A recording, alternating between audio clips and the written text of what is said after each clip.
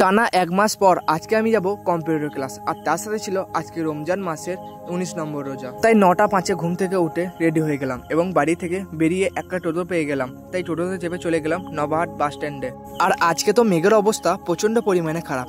গিয়ে দেখতে পাই আমার বন্ধুটা আগে থেকে আমার জন্য দাঁড়িয়ে আছে। টানা 1 বছর আমাদের কম্পিউটার ক্লাস হচ্ছে। এই মোটুটা প্রথমবার নবাহাট থেকে না খেয়ে বাসে চেপে পড়লো। তারপর আমরা দুজনা বাসে চেপে চলে গেলাম সোজা কার্জন গেটে। তারপর হাঁটতে হাঁটতে চলে গেলাম আমাদের কম্পিউটার ক্লাসের ভেতরে।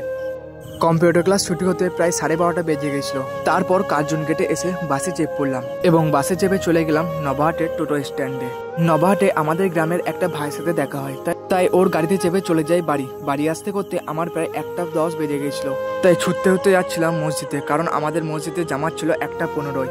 এরপর আমি জোহরের নামাজ পড়ে বেরিয়ে গেলাম। 2 রাকাত মিস হলো, বাকি 2 রাকাত আমি পেয়ে গিয়েছিলাম। তারপর আসরের নামাজ পড়ে চলে গেলাম একটা বন্ধুর দোকানে, কারণ ও একটা ব্লুটুথ মাইক নিয়েছিল আর এটাকে কানেক্ট করতে হতো।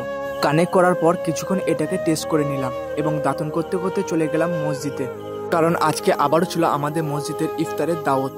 এরপর সবাই মিলে ইফতারি করতে বসে গেলাম এবং আজানের টাইম হতে আমি ইফতারি করে নিলাম এবং আমার মিনি ব্লগ এখানে শেষ করলাম। ভিডিওটা ভালো লাগলে একটা লাইক করে চ্যানেলটা ফলো অথবা সাবস্ক্রাইব করবে।